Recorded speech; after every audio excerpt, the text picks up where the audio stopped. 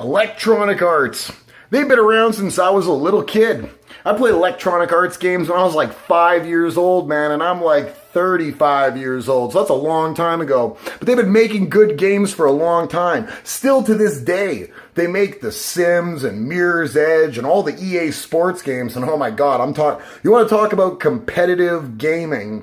I know a lot of guys do competitive gaming, whether it's Overwatch or Counter-Strike or Call of Duty or any of that kind of stuff.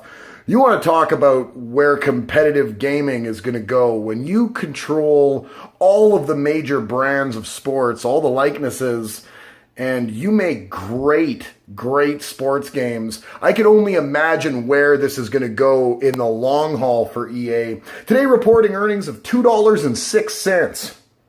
The Street thought they were coming in at 27 cents. Maybe there's not a lot of analysts covering EA because they don't even have a revenues estimate. Revenues came in at $1.45 billion. That's up 14.2% year over year.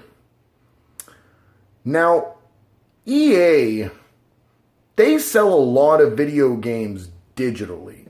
They're not selling all their games in a box anymore in a store. That really helps with margins. You make a lot more money off a download than you do having to package things together, especially when you get to sell them at close to the same price. So their digital revenue, that's up 27%, almost 28%, but their packaged goods are down 2%. But pack your goods well. Digital sales are up to 63% of all sales. Good job.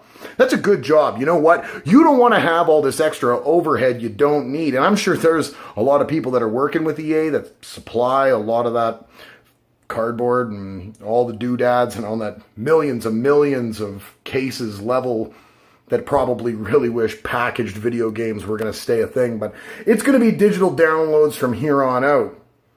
Now, EA's net cash from operations, this is quarter one for them, was a record. 175 million, somewhere in that neighborhood, which is good because this is notoriously a slow quarter for them. This isn't a quarter where they go all out, like a Christmas season would be, or when a lot of the video games for the new sports games get released, i.e. coming up with hockey and football and basketball all on the precipice of being released here and all usually big sellers and revenue generators. Their net cash from operations for the actual trailing 12 months is $1.87 billion, which is also a record. So a record in the quarter, and then a record for the trailing 12 months. Easy for you to say. EA's been up 25% over the last 3 months. It was down a little bit in aftermarket trading, but I'm thinking that EA has a long way to go. And they've got a real good foothold in a lot of the industries that seem to be picking up steam fast. A lot of this competitive gaming could really reach the stratosphere. There's predictions that the money that competitive gaming is going to generate could quadruple, quintuple in the next 4 or 5 years. That's a lot of money. And EA's definitely primed to get their share of it.